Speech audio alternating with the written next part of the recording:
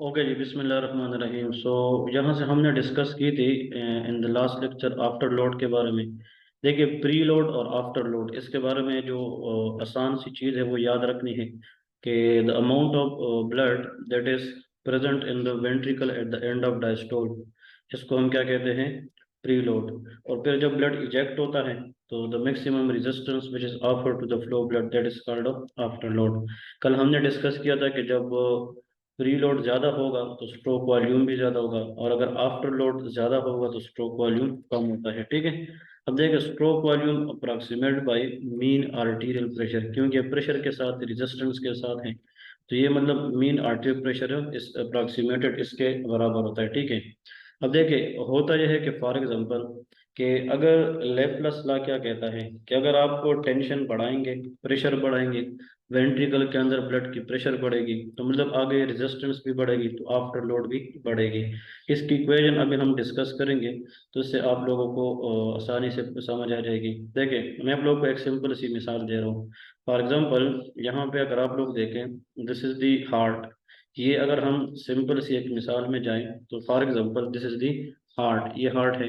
Heart के अंदर चार चैम्बर्स हैं। फॉर एग्जांपल, नीचे दो वेंट्रिकल्स हैं और ऊपर दो एट्रियस हैं। अब ये जो वेंट्रिकल है that is the left ventricle. Left ventricle से जो यहाँ से मेन आर्टरी निकलती है that is called aorta, ascending aorta.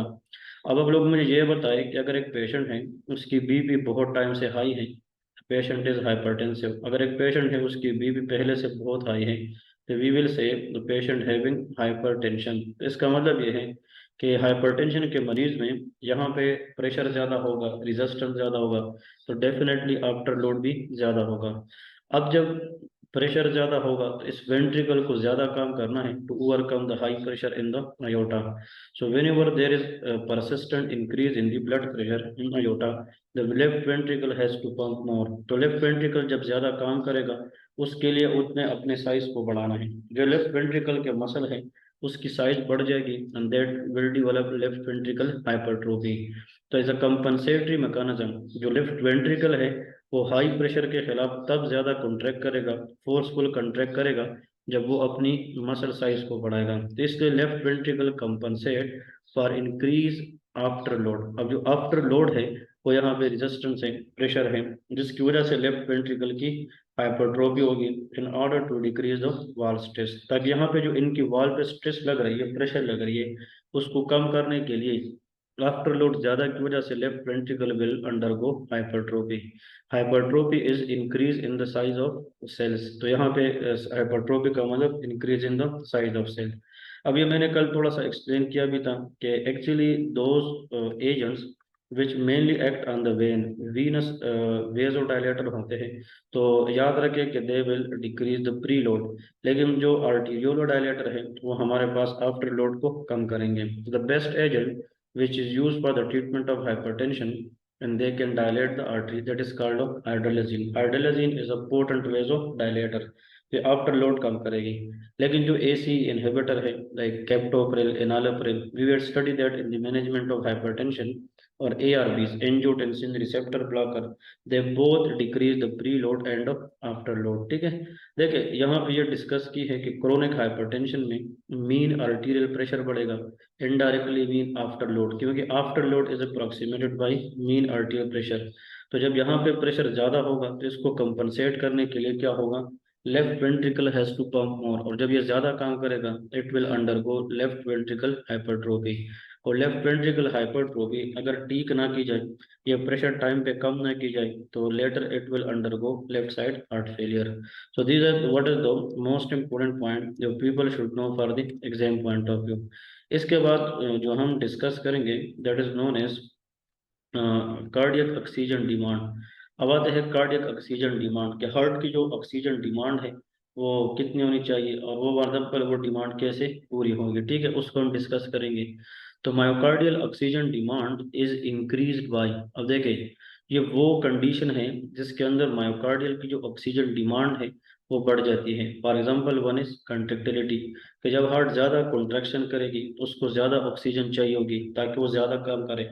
तो वो कंडीशन जिसमें हार्ट की कंट्रक्टिलिटी बढ़ेगी तो उसमें मायोकार्डियल की ऑक्सीजन डिमांड भी क्या होगी, वो भी बढ़ जाती है। ठीक है जी, तो प्लीज़ रिमेंबर, आफ्टर लोड बढ़ेगी तो आफ्टर लोड बढ़ने की वजह से heart has to work more, और जब हार्ट ज़्यादा काम करेगी उसको ज़्यादा ऑक्सीजन चाहिए, हार्ट रेट ज़्यादा होगा ऑक्सीजन ज़्यादा होगा।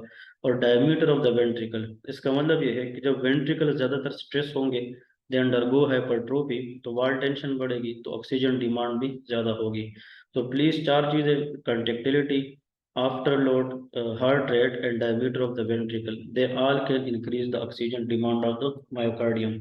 अब ये जो वर्ड है it's very very important, it can contain most deoxygenated blood in body. लेकिन जो कोरोनरी साइनस है वो आप लोगों को मैंने लास्ट टाइम बताया था कि majority of the cardiac venous blood जो है वो कहाँ पे जाकर एंड होती है, coronary sinus, great cardiac vein, small cardiac vein, even middle cardiac vein. लेकिन अगर नहीं जाता तो वो एंटीरियर कार्डियक वेन है। अब आते हैं जनाब, wall tension is equal to pressure multiplied by radius, this is the Laplace law. अब जो लेप्लास लॉ है उसमें क्या है कि फॉर एग्जांपल देखिए, इसकी मिसाल एक गुब्बारे की तरह है। अगर आप फॉर एग्जांपल यहाँ पे इस तरह एक चेम्बर लेते हैं, आप इस चेम्बर के अंदर प्रेशर बढ़ा रहे हैं, तो जब आप प्रेशर बढ़ाएंगे इस वॉल पे भी लगेगी प्रेशर, इस वॉल पे भी लगेगी। तो when the pressure is increases the wall stress will increase, क्योंकि pressure directly proportional to the wall tension. और जब प्रेशर बढ़ेगी तो ये जो चेम्बर है, मिसाल गुब्बारे के अंदर आप हवा भरेंगे तो वो डायलेट होगी, इन्फ्लेट होगी, तो रेडियस भी बढ़ेगी। लेकिन जितना ये बढ़ेगी इंक्रीज होगी तो उसकी जो वाल है दे बिकम थिन। पहले अगर ये थिक थे तो वो थिन हो जाएगी, तो थिकनेस कम होगी, तो वॉल स्ट्रेस जो है या वॉल टेंशन जो है that is directly proportional to pressure and radius, but they are inversely proportional to the wall thickness.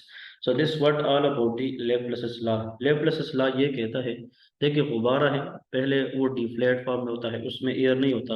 अब आप गुब्बारे में जोर से हवा भरेंगे तो मतलब प्रेशर जितना ज्यादा गुब्बारे में जाएगा तो उसकी रेडियस बढ़ेगी, रेडियस बढ़ेगी तो उसकी जो वॉल है they become thin rather than thick. तो जितनी स्ट्रेस आप बढ़ाएंगे तो वॉल बिकम थिन, तो उसकी थिकनेस क्या हो जाती है, वो कम हो जाती है। That is known as Laplace's law, very very important. That is also again very very important for the exam point of view. ये चीज आप लोगों ने याद रखनी है। इसके बाद जनाब नेक्स्ट कंसेप्ट की तरफ जाएंगे, ये भी ऑलरेडी हम पढ़ चुके हैं, जस्ट इसको एक बार रीड करते हैं, इम्पोर्टेंट वन के इसका मतलब क्या है। देखिए स्ट्रोक वॉल्यूम हमने ऑलरेडी पढ़ा है, that is the difference between and diastolic and systolic volume. The amount of blood that is present at the ventricle at the end of diastole, वो एंड डायस्टोलिक है। और वो ब्लड जो ventricle में रहे after the end of systole, तो वो and systolic volume है।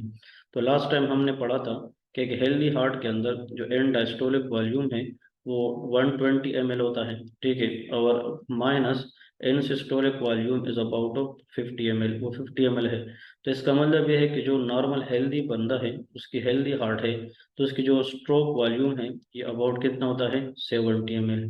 तो स्ट्रोक वॉल्यूम को अगर आप लोग आसानी के साथ डिफाइन करना चाहें, that is the amount of blood ejected by the heart in one beat, that is equal to stroke volume। ठीक है जी।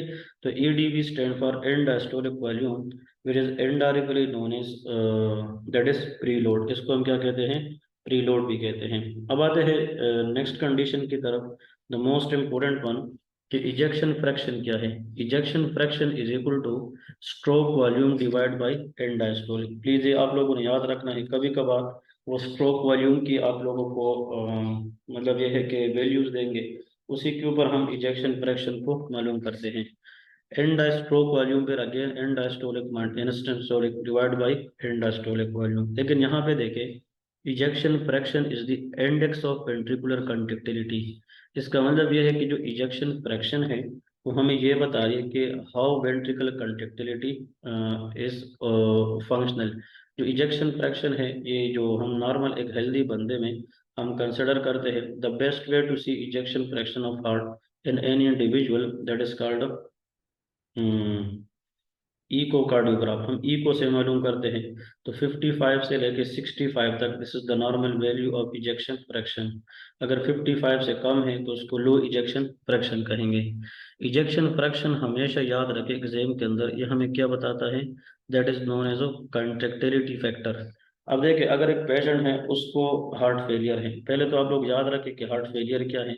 If the heart is not pump enough to meet the metabolic demand of the body, that is called heart failure. अब heart failure के मुख्तलिफ types हम आगे discuss करेंगे detail में, लेकिन इतना याद रखें कि अगर एक हार्ट है उसमें ब्लड आ रही है और the heart become dilated like this, heart इतना डायलेट हो जाए beyond the limit, like dilated cardiomyopathy, तो heart will relax beyond the limit, can not contract back, तो उसको हम सिस्टोलिक हार्ट फेलियर कहेंगे, क्योंकि हार्ट इतना रिलैक्स हो गया कि वो दोबारा कंट्रैक्ट नहीं कर पाता, that is called systolic heart failure. लेकिन कभी कभार हार्ट की जो मसल है दे अंडरगो हाइपरट्रोफी, तो हाइपरट्रोफी की वजह से जो वेंट्रिकल की चेम्बर है वो कम हो जाती है, जिसमें इतना ब्लड नहीं आता कि बॉडी वो मीट मतलब जो मेटाबॉलिक डिमांड है वो पूरी कर सके। तो हार्ट फेलियर अगर सिस्टोलिक है तो फिर उसमें कंट्रैक्टिलिटी कम होगी। Systole is the word use for contraction, तो सिस्टोलिक हार्ट फेलियर में ejection fraction is always of decrease, क्योंकि जो इजेक्शन फ्रैक्शन है it is the index of ventricular contractility. लेकिन अगर एक पेशेंट है उसके हार्ट मसल कॉन्ट्रैक्ट कर सकते हैं लेकिन वो रिलैक्स नहीं करते प्रॉपरली, वो डायस्टोल में नहीं जाते, तो डायस्टोलिक हार्ट फेलियर में रिलैक्सेशन का इशू है, कंट्रैक्शन का इशू नहीं है, तो उसमें जो इजेक्शन फ्रैक्शन है यूजुअली नॉर्मल होता है। दैट डजंट मीन कि those patient who has decrease ejection fraction they will have always heart failure, no, ejection fraction just a sign of ventricular contractility। ठीक है, अब आते हैं जनाब, कार्डिक आउटपुट क्या है, it is equal to stroke volume multiplied by heart rate. Stroke volume हमने यहाँ पे क्या है, तकरीबन ये 70 ml होता है, क्योंकि आप लोगों को पता है कि and diastolic minus and systolic volume is equal to stroke volume, तो ऊपर मैंने आप लोगों को डिस्कस किया है दैट इज अबाउट 70 ml।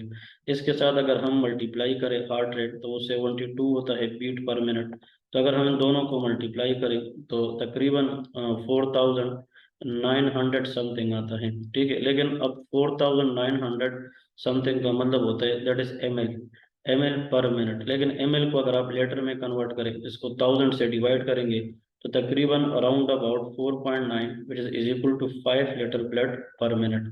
इसका मतलब यह है कि एक हेल्दी हार्ट के अंदर एक मिनट में जितना ब्लड बाहर निकलता है that is around about equal to 5 litre, वो कितना होता है 5 लीटर। तो दो बातें याद रखें, the amount of blood ejected by the heart in one beat वो स्ट्रोक वॉल्यूम है, लेकिन जितना ब्लड हार्ट निकलता है एक मिनट के अंदर तो उसको हम कार्डिक आउटपुट कहते हैं। In early stage of exercise cardiac output is maintain by increase heart rate. जब एक्सरसाइज बंदा स्टार्ट करता है, बॉडी रन करती है, मेटाबॉलिक डिमांड बढ़ती है, तो हार्ट रेट जो है वो बढ़ता है, स्ट्रोक वॉल्यूम बढ़ता है। लेकिन लेटर स्टेजेस के अंदर cardiac output is maintain by what, only heart rate, because stroke volume become प्लेटू। ये याद रखना है। इसकी वजह यह है कि जब आप ज्यादा दौड़ते हैं तो मतलब यह है कि हार्ट रेट इतना ज्यादा होता है कॉन्ट्रैक्शन, कि डायस्टोल जो है उसके लिए टाइम क्या हो जाता है short, diastolic time is short, तो इस वजह से हार्ट रेट इंक्रीज होता है, वेंट्रिकुलर टेकिकार्डिया, और जो डायस्टोलिक फिलिंग टाइम है वो क्या होता है कम होता है। अब इनिशियली जब हम रनिंग स्टार्ट करते हैं तो हमारी हार्ट रेट इनिशियली क्या हो जाती है, स्टार्ट इंक्रीज होना शुरू हो जाता है, तो when the heart rate is increased, stroke volume is increased, but a time will come when we doing a lot of exercise, later heart rate इतना बढ़ जाता है कि ventricle is strongly enough contract कि जो diastolic filling time है वो बहुत ज़्यादा reduce हो जाता है। तो जब diastolic filling time reduce होगा, stroke volume कम होगी, तो cardiac output भी कम होता है। तो exercise के अंदर early stages में हार्ट रेट बढ़ेगा, स्ट्रोक वॉल्यूम बढ़ेगा, कार्डियक आउटपुट बढ़ेगी, बट लेटर जो है हार्ट रेट तो बढ़ेगी, लेकिन डायस्टोलिक फिलिंग कम होने की वजह से, शॉर्ट होने की वजह से स्ट्रोक वॉल्यूम कम होगी तो कार्डियक आउटपुट कम होगी।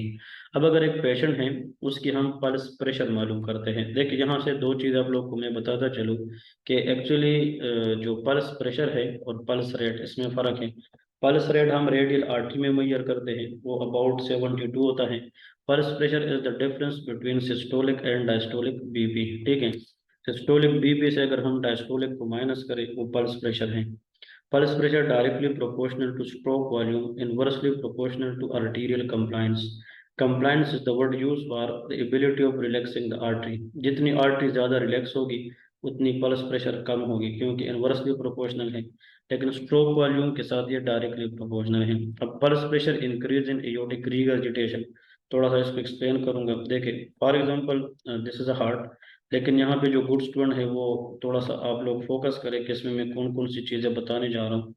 ऊपर हमारे पास दो एट्रियाज है, नीचे हमारे पास हो दो वेंट्रिकल है, ठीक है, वेरी वेरी इंपॉर्टेंट। तो यहाँ से आप लोगों ने याद रखना है, for example this is the aorta.